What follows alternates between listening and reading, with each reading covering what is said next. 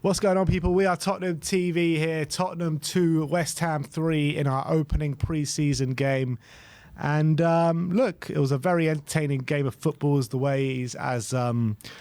pre-seasons usually go. It's usually very much of an anti-climax. And maybe it was that in terms of the scoreline. But I was happy in the way that Spurs operated in this game. We created a number of chances. We limited West Ham to not very many shots on goal. The stats read 4 shots to West Ham throughout the whole 90 minutes and 30 total shots for Tottenham throughout that 90 minutes. 71% possession to Spurs and 29% possession to West Ham. So you got to say it's a very different in terms of the stats of what we have been accustomed to seeing under Jose Mourinho, under Antonio Conte.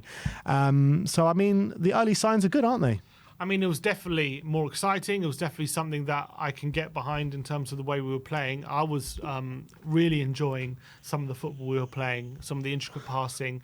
I think the pressing still needs some work, and obviously defensively, we're definitely not there yet, but there definitely are signs that Ange is getting Spurs to play the way he wants, even with so little time on the training ground. He's already starting to make his own imprint. You can definitely see that.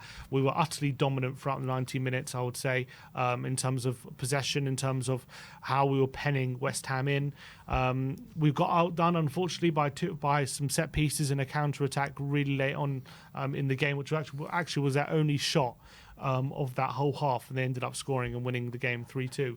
But I think as in terms of what we're learning from how Ange wants Tottenham to play and the high energy, the quick passing, every player has options around them and they're able to connect with each other and find openings, whether that be out wide or through the centre. I think it was really, really impressive, and I think it was really exciting a prospect of what we can look forward to from an Ange Postecoglou Tottenham team. And I, for one, as much as the result didn't go away, it left me feeling very excited for what the season's going to bring. Yeah, absolutely. But if you go into the key moments of the game, first half, Tottenham went 1-0 down from a Danny Ings goal inside the first 20 minutes, 18 minutes gone on the clock from a Jarrod Bowen assist. I felt like that Vicario should have been doing better in that moment. I'm not sure how you felt about it. It's a close-range header, so you can never be too critical of the goalkeeper, but it was close to him. It did kind of go through him a bit. Maybe his reactions could have been a bit better. So definitely wasn't a great moment for him. I wouldn't say it was a howler or a mistake or anything like that, but definitely wasn't that encouraging, the fact that how he let it get through him. Yeah, and only a few minutes later, they double their lead 2-0 with Divin Mubama. And again, poor defensive play. I think it was Porro at the back post, and Japhet Tanganga, I felt, could have got close to him and done a lot better defensively. But even though they were taking the lead and went 2-0 up at half time, I still felt Spurs were the better team in that first half. We were creating the chances. We just couldn't put the ball in the back of the net. But we made a host of changes, 11 changes at half time. And I'll run through the changes. So Emerson came on for Porro, Sanchez came on for Romero, Richarlison came on for Kane, Giovanni Lo Celso came on for Skip, Højbjerg for Bissouma, Davis for Reguilon, Perisic for Solomon, Devine for Kulusevski, Sarr for Maddison, Udogie for Tanganga, and Austin for Vicario. I mean, in the first half, you got to say that Bissouma and Manuel Solomon were kind of the shining lights in that first half, but it was nothing on what we saw in that second half with Giovanni Lo Celso and Destiny Udogie really running things, especially Giovanni Lo Celso. In the early stages, he was slipping in balls to Richarlison time after time after time. Richarlison just couldn't find the back of the net. And we were pressing. We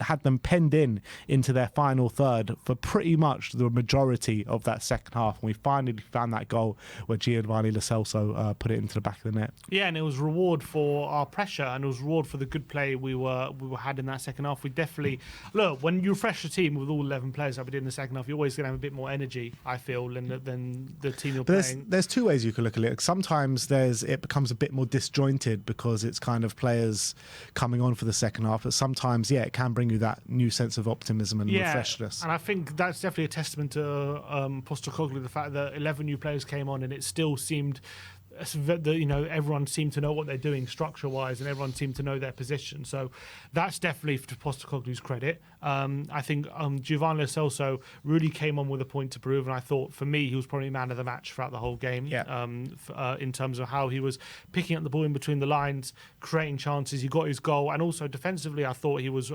tracking back, making challenges as well. I think he really had a point to prove. I think in this game, I don't know whether he was putting himself in the shop window or whether he's fighting for his future at Tottenham itself. Has your opinion on him changed at all? I mean, I always thought he was a good player. The big issue for me, Lo Celso, isn't him as a player. It's more his injury problems, and he's had big injury problems at Tottenham. He had big injury problems out on loan. So it's whether we can trust he can stay fit. I think he's a good player when he's fit and he's got his rhythm and he's putting in displays like he was today. We've seen similar displays like this for when he, early on in his Tottenham career, but it kind of petered out unfortunately for him. I do think he's a good player, but I would cash on him just because of those physical problems that he has. But if we believe he can stay fit consistently and put in consistent performances like he was showing today, there's no reason why he can't work for Postecoglou in one of those number 8 positions, and I think he showed that today that he could. That I think this formation kind of suits him. Yeah, I think absolutely spot on. And then moments after Giovanni Lo Celso scores another set piece for Tottenham, Perisic swings one in, and Destiny Udogie with a lovely header that finds the back of the net, and that was unstoppable from Udogie. Yeah, and it just so happens the two maybe standout players of the half were the two players on the score sheet as well. I thought Udogie was doing really good stuff with Perisic on the left-hand side throughout the half, and I think he was underlapping, overlapping, getting to the byline. I thought his link-up play was decent as well. Sometimes he maybe overhit some passes and maybe a bit raw, but I think once he tightens up those things, he's going to be a really outstanding player, and I think he showed with that header as well. Brilliant finish into the far corner, really well timed, and I think it was good reward at the time getting to 2-2. I think we more than deserved getting back on level terms. We were utterly dominant. It was all Tottenham, and it was looking like only one team was going to go on to win it at that point. Yeah, it did, and the opposite happened as 5, 6, 7, 8 minutes later. Skambaka goes through a goal, 1-1, makes no mistake with a really nice finish under Brandon Austin. But how he got there, I mean, Højbjerg puts in a challenge, it bounces off a West Ham player, and he plays a pass forward. And Davinson Sanchez is just left completely flat-footed. Didn't react to it whatsoever. I thought it was really poor from Davinson Sanchez, to be fair. But in terms of the fullbacks, I felt the fullbacks of the second half worked so much better than the fullbacks of the first half. I would say that Emerson didn't provide too much when he was going forward, but he probably did a really good job, I would say. So much more solid when defensively. He was defensively on that side. We were getting caught out a lot less. But I think Porro was definitely in the first half showing a lot more on the ball, in my opinion, than we saw of Emerson. I thought he was just a bit imprecise with his passing, did give the ball away. He was more safer with his passing, to be fair, Emerson, than Porro was. So there's that. But I think, the fullbacks worked pretty well in that second half compared to the first half. I think Udogie was better than Reguilon, in my opinion, in that second half. And I think maybe the balance was a bit better than having Reguilon and Porro there, having Emerson and Udogie gave a bit of better balance for the defence. Yeah, absolutely. And a couple of other players that I wanted to mention from the second half. Alfie Devine, I thought, came on, didn't look out of sorts at all, looked very much at home playing with that first team. I felt like he was creating options for us. He looked sharp, very much like the look of him, and also Ivan Perisic. Yeah, I think they both look good on the wings. I think Devine looked a bit uncomfortable on the wing, to be honest. I didn't think he seemed like that was his position, because we know it's not. Although what I would say is when he did have the opportunity to get across or have a pullback, there definitely was some quality there, and he definitely showed he was up to it. And physically, he seemed to be challenging well with the West Ham players. It didn't seem to be like this level was above him. So that was good. Perisic was a constant threat down the left-hand side as he was spamming crosses non-stop. He was giving their fullback pretty much no rest throughout the 45 minutes, and obviously got an assist for. He was involved in the first goal, got an assist for the second goal with the corner, as he does. We know what Perisic does with his set pieces, and I thought he had a very good game. He was a constant threat, so that was good. And I thought the midfield, Højbjerg, Sarr, and Lo Celso worked well together.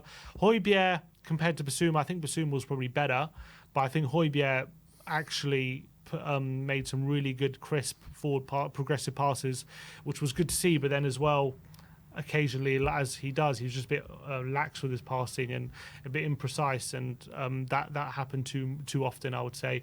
And Sarr added some good energy as well. He was buzzing around the pitch constantly.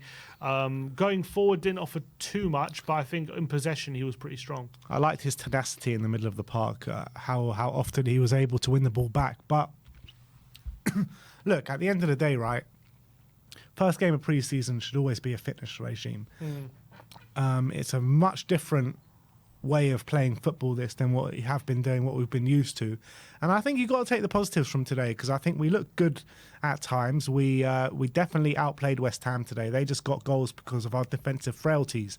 And if today doesn't tell you that we desperately need centre-backs, I don't know what ever will. So, Daniel Levy, get a move on, because we need these centre-backs in. And if we do have centre-backs, if we can get 2 top-quality centre-backs in, there is no reason why we can't have a good season this coming season. Yeah, definitely. I think that you can see the signs are there already, that we have players here who are going to be very different players under Ange than they were under previous regimes.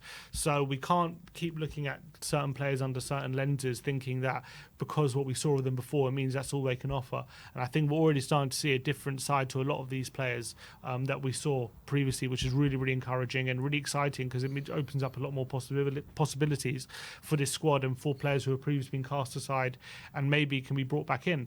I guess the biggest downside of the game, probably Richarlison. He was extremely frustrating, I have to say. Yeah, he was. I mean, how many shots did he need? He finally got one on target at the end, but every single one of his efforts were a major letdown, to be honest, because as well as that, he was just always offside.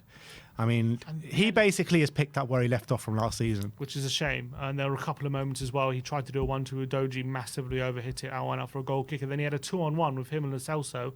And he just took a wild swipe at it from 30 yards, as opposed to being calm and composed and either taking on his man or finding Lo Celso. And he just went out for a goal kick out of nothing. And he made some weird decisions. The only good thing I would say is a couple of times the ball was played to him in the box. He was able to get under control and either get a shot off or pick out a teammate, and that was decent. But his finishing was atrocious, to be honest. Yeah, I would say apart from him and the disappointments, I would say James Maddison was a bit of a disappointment in that first half as well. I just didn't have that impact where we know what he can produce. Yeah, I think he was growing into it in the second half before the half ended, and he was a bit anonymous for the first 25 minutes, and then for the second 25 minutes starting to get a bit more involved, but unfortunately didn't really do much, wasn't able to get some shots off or play some real penetrative passes.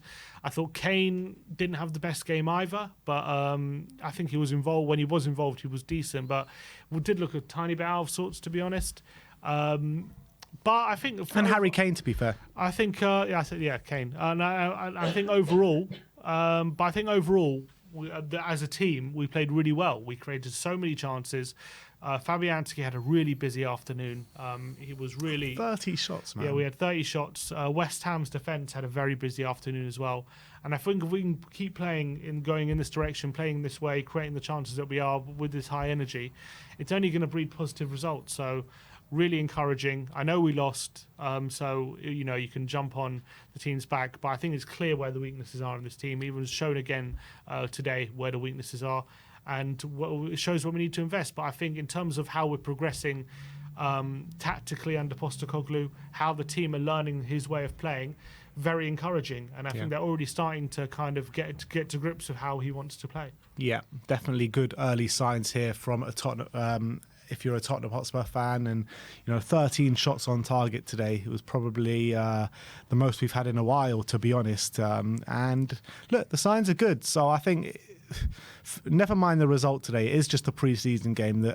For me, the thing I wanted to see today is a different way of playing football, and do it well. And I think we did that today, and it's only going to get better, seeing as it is only the first game under Ange Postecoglou. So that is it from us. Thank you everyone for joining today. We'll be back on the post-match fan show, where it's your chance to have your say on the game very soon. But thank you everyone for joining. Like, subscribe and comment, and as always, come on you Spurs.